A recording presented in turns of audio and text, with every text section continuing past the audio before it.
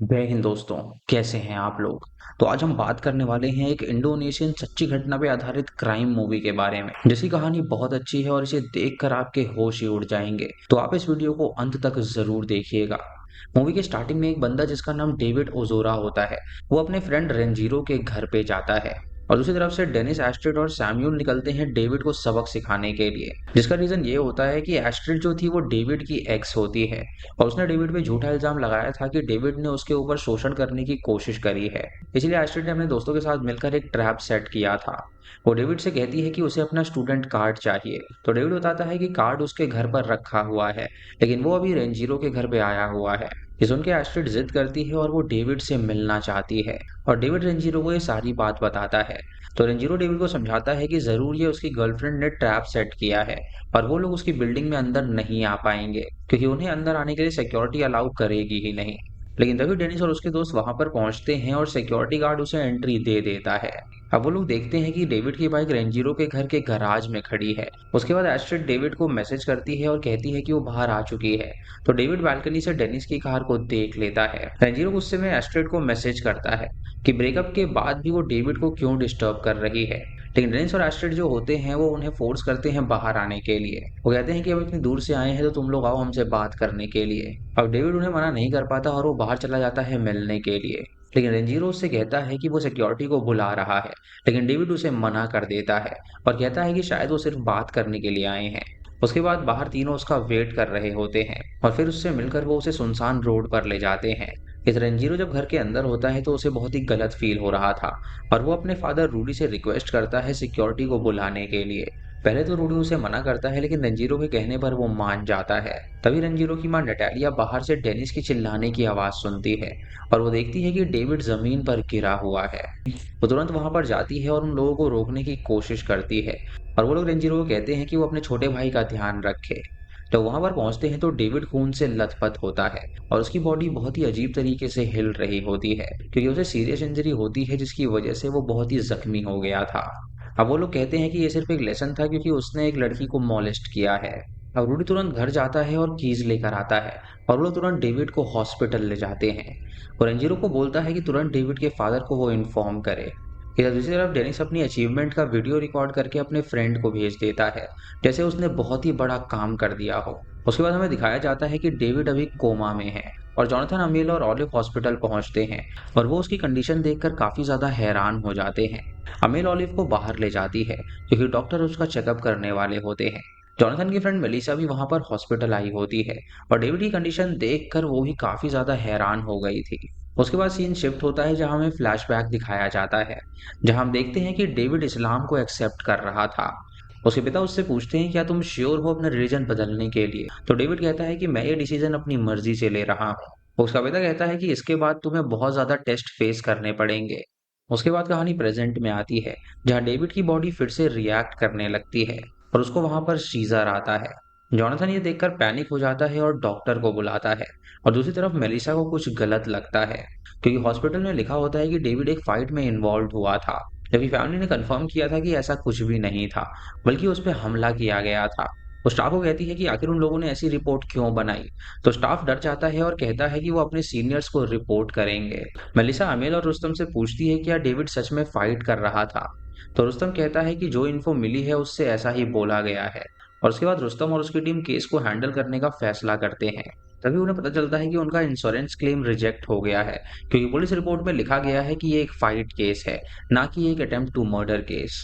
ये देखकर जॉनथन गुस्से में आ जाता है और उसे पूरा यकीन होता है कि डेविड फाइट नहीं कर सकता क्योंकि पुलिस ने ये स्टेटमेंट झूठी लिखी है। उसके बाद कहानी वापस फ्लैशबैक में जाती है जहां डेविड एस्ट्रेड के फादर से मिलता है और उसका पिता उनके रिलेशनशिप को एक्सेप्ट कर लेता है। वो डेविड को वार्निंग भी देता है कि वो उसकी बेटी को परेशान ना करे। उसके बाद कहानी प्रेजेंट में आती है जहां हॉस्पिटल में डॉक्टर अपडेट देते हैं कि डेविड के ब्रेन में कोई भी गड़बड़ नहीं मिली है, लेकिन उसकी कंडीशन बहुत ज्यादा क्रिटिकल है, इसीलिए उसे आईसीयू में शिफ्ट किया जाता है। डॉक्टर कहते हैं कि उसकी इंजरीज ट्रॉमा की वजह से हुई है और फैमिली के कंसेंट के बाद डेविड को आईसीयू ट्रांसफर कर दिया जाता है। पुलिस स्टेशन में सैमुअल रुस्तम से डेविड की कंडीशन के बारे में पूछता है तो वो बहुत ही ज्यादा रिग्रेट करता है और कहता है कि मैंने कभी एक्सपेक्ट नहीं किया था कि उसके साथ ऐसा हो जाएगा। ये सुन के रुस्तम हैरान हो जाता है और सोचने लगता है कि आखिर इसका डेविड से कनेक्शन क्या है। तभी सैमुअल को पुलिस अंदर बुला लेती है और रुस्तम भी अंदर जाता है।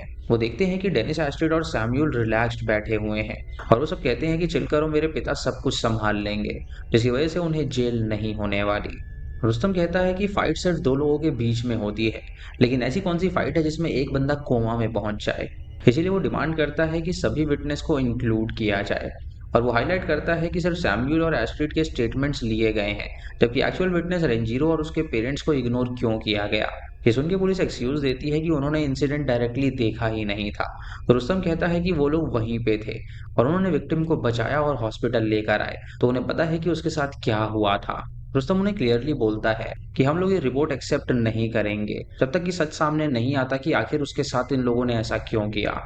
उसके बाद वो बाहर निकलता है तो देखता है कि जो एविडेंस कार है उसे वहां से हटाया जा रहा है। और कुछ देर बाद दो आदमी आते हैं जो बताते हैं कि वो डेविड की फैमिली के साइड से हैं और वो डेविड को देखने के लिए आए हैं। इधर डेनिस की फैमिली ऑफर करती है कि डेविड को एक बेटर हॉस्पिटल में शिफ्ट किया जाए और उसका सारा खर्चा वो लोग उठाएंगे। ये सुनते ही जॉनथन काफी ज्यादा गुस्सा हो जाता है और वो कहता है कि अपने बॉस को बोलना कि अब कोर्ट में मिलेंगे, क्योंकि डेविड के साथ जो उन लोगों ने किया है उसकी सजा उन्हें वो दिला कर ही रहेंगे।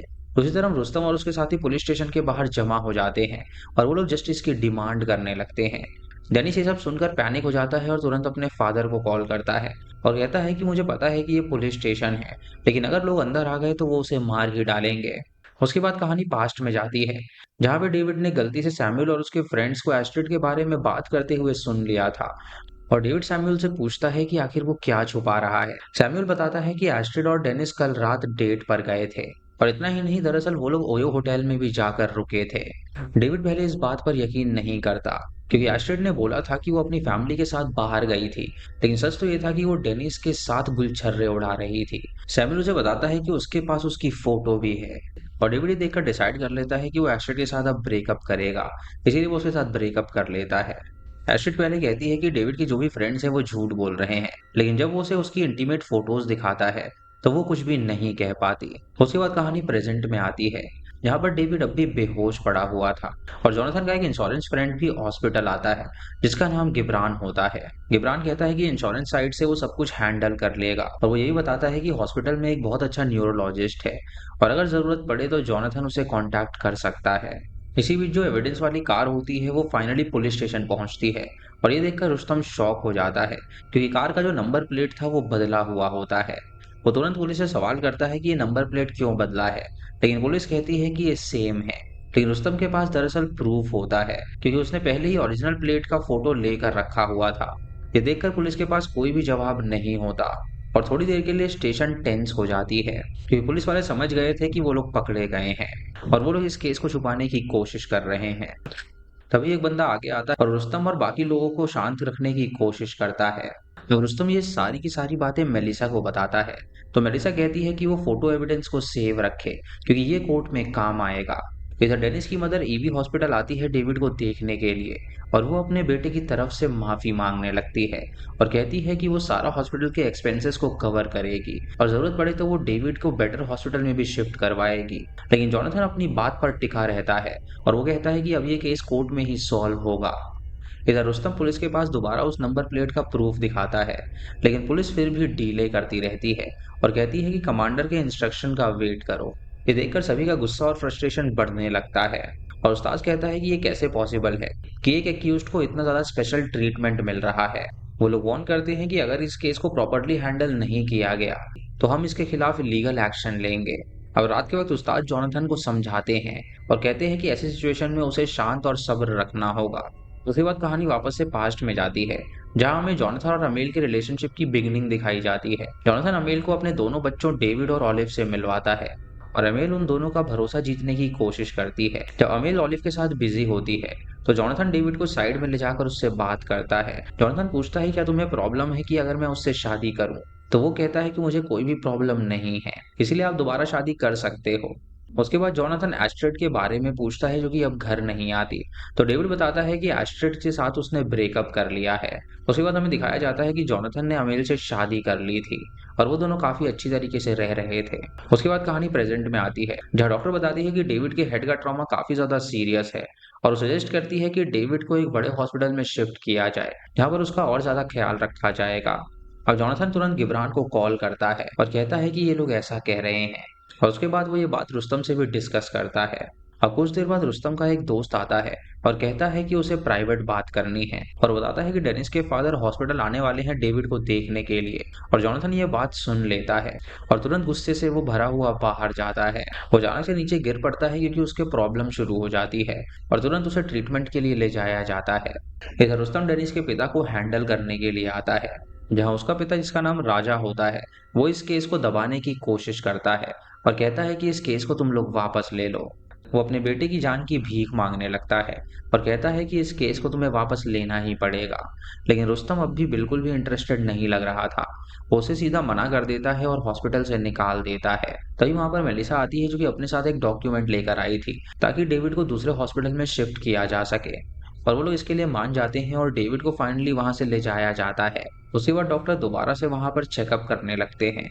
अब यहाँ पर रोमी आता है डेविड को देखने के लिए और रोमी डेनिस का दोस्त होता है जिसे सबसे पहले उस असॉल्ट का वीडियो भेजा गया था। रोमी कहता है कि वो जॉनथन को कुछ दिखाना चाहता है और वो एक्सपेक्ट करता है कि ये देखकर जॉनथन शॉक हो सकता है। दरअसल उस टाइम डेनिस ने उसे वन टाइम व्यू वाला वीडियो भेजा था लेकिन रोमी ने स्मार्टली उसे दूसरे फोन से रिकॉर्ड कर लिया था और वीडियो में क्लियरली दिखता है कि डेनिस बिना किसी रहम के डेविड को ब्रूटली मार रहा होता है। जॉनथन जब ये वीडियो देखता है तो वो काफी ज्यादा टूट जाता है और वो इमोशनली वहीं पर कोलैप्स हो जाता है। ये देखकर रोमी तुरंत डॉक्टर को बुलाता है और उसके बाद जॉनथन वो वीडियो रुस्तम को भेजता है और कहता है कि इसे पब्लिक तक पहुंचाया जाए ताकि डेविड को जल्दी से जल्दी जस्टिस मिल सके। अब वो वीडियो पूरी तरह फैल जाता है और वायरल हो जाता है और हर सोशल मीडिया प्लेटफॉर्म पर वो ट्रेंडिंग टॉपिक बन जाता है। और उसके बाद जॉनथन डॉक्टर से डेविड की कंडीशन पूछता है तो डॉक्टर कहता है कि ये एक ऐसी कंडीशन है जिसे देखने से न्यूरोलॉजिस्ट भी काफी ज्यादा डरते हैं क्योंकि डेविड के ब्रेन तक जाने वाली नर्व ही डैमेज हो चुकी है और इसी वजह से उसका कॉन्शियसनेस बहुत ज्यादा लो हो गया है। इसीलिए अगर वो होश में आता भी है तो शायद उसे कुछ भी याद ना हो। उसके बाद हमें फ्लैशबैक की कहानी दिखाई जाती है जहां एस्ट्रिड बार बार डेविड को कॉल करती है ताकि वो उससे पैचअप कर सके लेकिन रेंजीरो अपने दोस्त डेविड को समझाता है कि उस लड़की को वो ब्लॉक कर दे क्योंकि वो उसके लिए ठीक ही नहीं है। लेकिन जब रेंजीरो कैंटीन चला जाता है तो डेविड उसकी बात नहीं मानता और उसे ब्लॉक नहीं करता। उसके बाद कहानी प्रेजेंट में आती है जहाँ डॉक्टर जॉनथन को डेविड के रूम में बुलाता है और वहां उन्हें पता चलता है कि डेविड ने मूवमेंट दिखाया है और वो होश में आने के साइन दे रहा है। रात को डेविड को देखने के लिए कुछ लोग आते हैं और वो जॉनथन को समझाती है कि उसे कोशिश करती रहनी चाहिए और भगवान से दुआ मांगते रहने चाहिए। अब अगली सुबह रेंजीरो और उसके दोस्त डेविड को देखने के लिए आते हैं और उन्हें अपने दोस्त की याद आ रही होती है क्योंकि वो फिर से उसके साथ हंसी मजाक करना चाहते हैं। इधर जॉनथन और मेलिसा जब न्यूज देखते हैं तो गलत नैरेटिव चलाया जा रहा होता है। मीडिया ये दिखाने की कोशिश कर रही होती है कि डेविड ने एस्ट्रिड को मॉलेस्ट किया था इसीलिए उसके दोस्त ने उसे मारा। ये देखकर मेलिसा डिसाइड करती है कि हम भी नैरेटिव के अगेंस्ट नैरेटिव बनाएंगे ताकि लोगों को सच पता चल सके। अब जॉनथन मेलिसा को ऑफिशियली डेविड का लॉयर अपॉइंट कर देता है और शाम को जॉनथन एक सपना देखता है। वो देखता है कि डेविड होश में आ चुका है और चलकर उसके पास आ रहा है और जॉनथन तुरंत अपने बेटे को गले से लगा लेता है। और शाम को डेविड को एक सपना आता है जहाँ पर एक बूढ़े आदमी को वो देखता है और वो उसे फॉलो करने लगता है लेकिन एक जगह पे वो बूढ़ा आदमी रुक जाता है।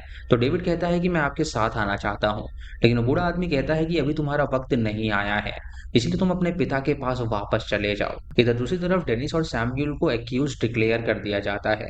इसी बीच डेविड स्ट्रगल कर रहा होता है खड़े होने और चलने के लिए और उसके बाद कोर्ट हियरिंग शुरू हो जाती है और वहां पर डेविड का भी बयान आता है जहाँ डेविड बताता है कि उस रात उन लोगों ने कार में पिस्टल रखी हुई थी और ये तो उनके सब समझ जाते हैं कि तभी कार को बदला गया था। ये सुन के डेनिस भी कन्फेस करता है कि उसने पहले उसे पुशअप्स करने के लिए कहा था और उसके बाद प्लैंक पोजीशन में रहने के लिए कहा और फिर उसने उसके सर पे किक मारी थी जिससे कि उसे बहुत ही ज्यादा इंजरी हुई थी।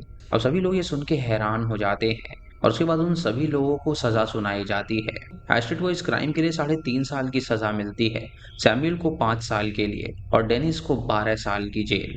कंपनसेशन के नाम पे उन्हें करीब 25 करोड़ रुपए उसे देने पड़ते हैं। उसके बाद डेनिस का पिता राजा भी पकड़ा जाता है क्योंकि दरअसल वो एक करप्ट ऑफिसर था और उसे भी 14 साल की सजा सुनाई जाती है। और इसी के साथ ये मूवी यहीं पर खत्म हो जाती है। तो दोस्तों ये थी इस फिल्म की कहानी जो कि सच्ची घटना पर आधारित है। और आपको ये कहानी कैसी लगी हमें कमेंट सेक्शन में ज़रूर बताइएगा। चैनल पे नए हैं तो इसे सब्सक्राइब करें और बेल आइकन दबाएं नोटिफिकेशंस के लिए। और दोस्तों वीडियो को लाइक और शेयर करना बिल्कुल मत भूलिएगा। तो मैं मिलता हूँ आपको अगली वीडियो में, तब तक के लिए जय हिंद।